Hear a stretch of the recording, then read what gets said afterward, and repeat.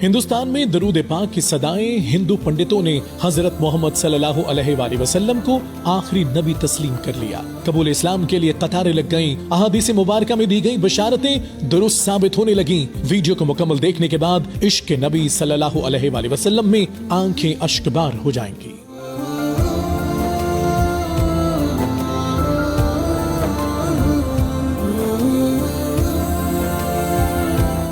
हिंदुस्तान के मुख्तलिफ इलाकों में हिंदुओं के कई घरों में अल्लाह अकबर, सुभान अल्लाह और दरूद पाक की सदाएं सुनाई देने लगी हैं।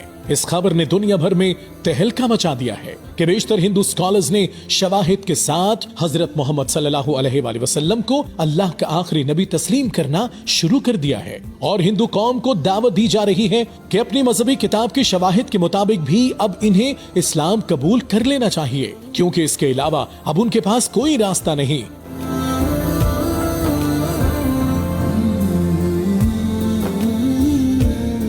हिंदू मजहब की नामवर किताबों का हवाला देकर बताया गया कि उन मजहबी किताबों में अल्लाह पाक की तरफ से जिस शख्सियत का रहमत बनकर आने का जिक्र था वो आखिरी नबी हजरत मोहम्मद सल्लल्लाहु अलैहि वसल्लम ही थे। उनका नाम, उनके वालिद माजिद और वालिदा माजिदा का नाम जिस खित्ते में उनकी आमद होना था उस खित्ते का नाम तक दर्ज है। मजहबी स्कॉलर्स का कहना है कि ये खबर सिर्फ हिंदुओं के लिए नहीं, पूरी गैर मुस्लिम दुनिया के लिए खैर की खबर है कि वो कयामत से पहले या मरने से पहले अल्लाह पर ईमान लाने के बाद आखिरी नबी सल्लल्लाहु अलैहि वसल्लम पर ईमान ले आएंगे तो अल्लाह के यहाँ खैर पालेंगे।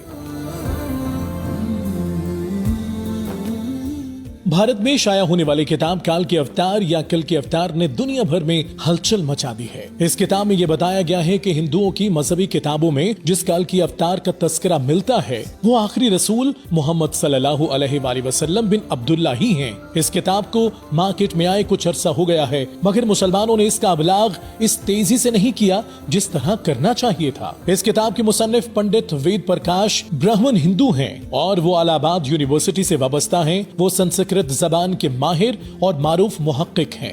पंडित वेद प्रकाश ने काल के अवतार की बाबत अपनी इस तहकीक को मुल्क के 8 मशहूर मारूफ मुहक्किक पंडितों के सामने पेश किया जो अपने शोबे में मुस्तनद गर्दाने जाते हैं। उन पंडितों ने किताब के बगौर मुताले और तहकीक के बाद ये तस्लीम किया कि किताब में पेश किए गए हवालाजात मुस्तनद और दुरुस्त हैं। ब्राह्मण पंडित वेद प्रकाश ने अपनी इस तहकीक का नाम काल के अवतार यानी तमाम कायनात के रहनुमा रखा है। वो लिखता है कि हिंदुओं की अहम मजहबी कुतब में दरअसल एक अजीम रहनुमा का तस्करा मिलता है जिसे काल के अवतार का नाम दिया जाता है। आखिरकार पंडित वेद प्रकाश ने गहरी तहकीक के बाद ये दावा किया है कि इस काल के अवतार से मुराद हजरत मोहम्मद सल्लल्लाहु अलैहि वसल्लम हैं जो मक्का में पैदा हुए। चुनाचा उनका कहना है कि तमाम हिंदू जहां कहीं भी हों उनको अब किसी और काल के अवतार का इंतजार करने की जरूरत नहीं, बल्कि इसके लिए उन्हें महज इस्लाम कबूल करना है और आखिरी रसूल सल्लल्लाहु अलैहि वसल्लम के नक्शे कदम पर चलना है जो बहुत पहले अपने मिशन के तकमील के बाद इस दुनिया से तशरीफ ले जा चुके हैं।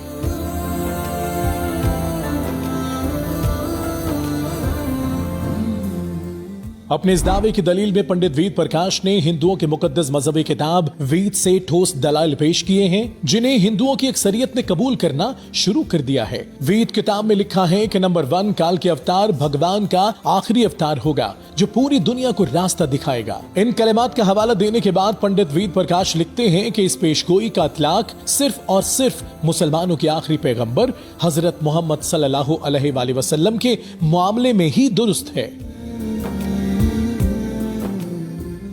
नंबर 2 वेद की पेशगोई के मुताबिक काल के अवतार एक जजीरे में पैदा होंगे। पंडित लिखते हैं कि हजरत मोहम्मद सल्लल्लाहु अलैहि वसल्लम जिस इलाका में पैदा हुए हैं उसे जजीरतुल अरब कहा जाता है, इसलिए हिंदुओं की मजहबी किताब की दूसरी पेशगोई भी दुरुस्त साबित हो गई है। नंबर 3 हिंदुओं की मुकद्दस किताब वेद में लिखा है कि काल के अवतार के वालिद का नाम विष्णु भगत और वालिदा का नाम सोमान होगा।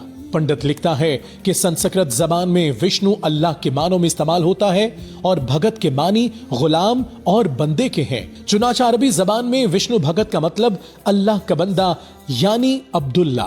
पंडित लिखता है कि आप सल्लल्लाहु अलैहि वसल्लम के वालिद के नाम की पेशगोई भी 100% दुरुस्त साबित हो गई है। नंबर 4 और संस्कृत में सोमान का मतलब अमन से करीब तर है जो कि अरबी जबान में आमिना होगा और आखिरी रसूल सल्लल्लाहु अलैहि वसल्लम के वालिद का नाम अब्दुल्लाह और वालिदा का नाम आमिना ही है।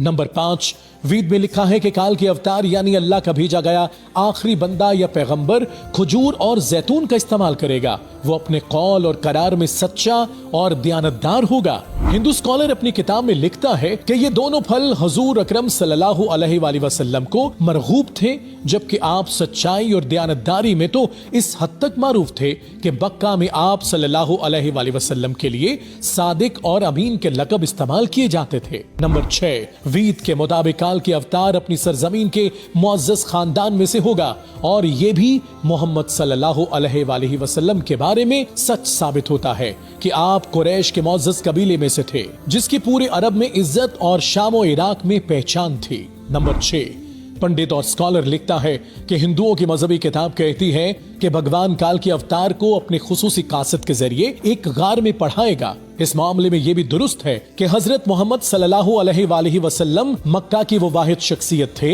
जिन्हें अल्लाह ताला ने गारे हिरा में अपने खास फरिश्ते हजरत जिब्राईल अलैहिस्सलाम के जरिए वही भेजकर तालीम दी।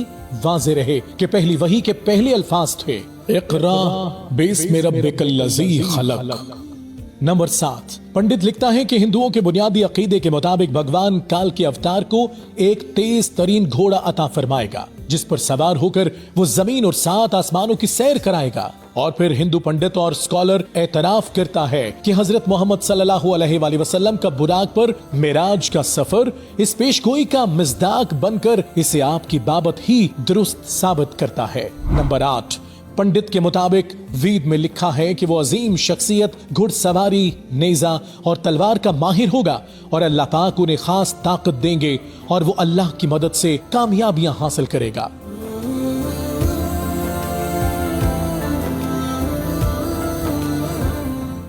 नंबर 8, अहम तरीन, पंडित स्कॉलर लिखता है अब वो अपनी हिंदू कौम को एक अहम नुक्ता समझाना चाहते हैं। हिंदू कौम एक ऐसे काल के अवतार के इंतजार में है जो घुड़सवारी और तलवार जनी के दौर में आएगा और फन हरब में माहिर होगा।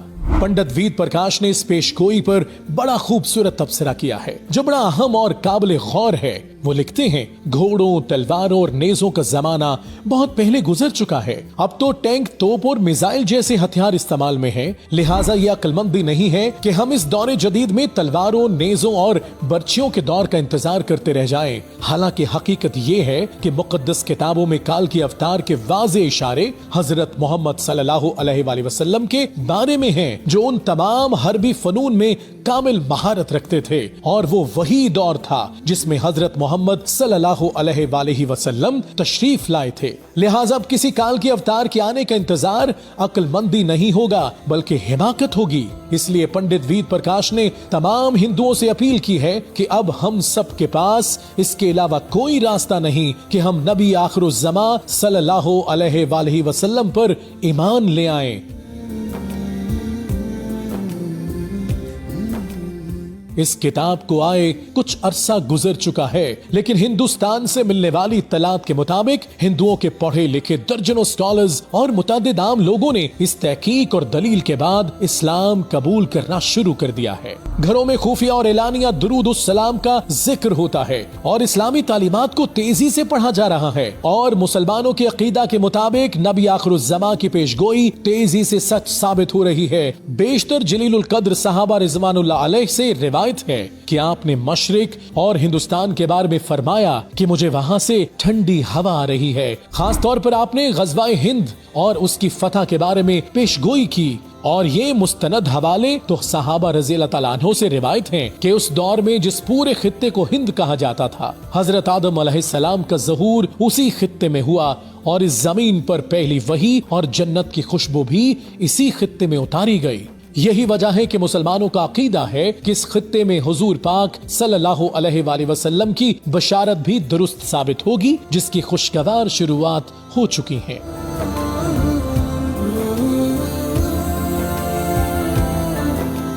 अब तो एक अमेरिकी रिसर्च इदारे की रिपोर्ट में भी एतराफ किया गया है कि 2050 तक भारत दुनिया में मुसलमान आबादी वाला सबसे बड़ा मुल्क बन जाएगा और वो इंडोनेशिया को पीछे छोड़ देगा।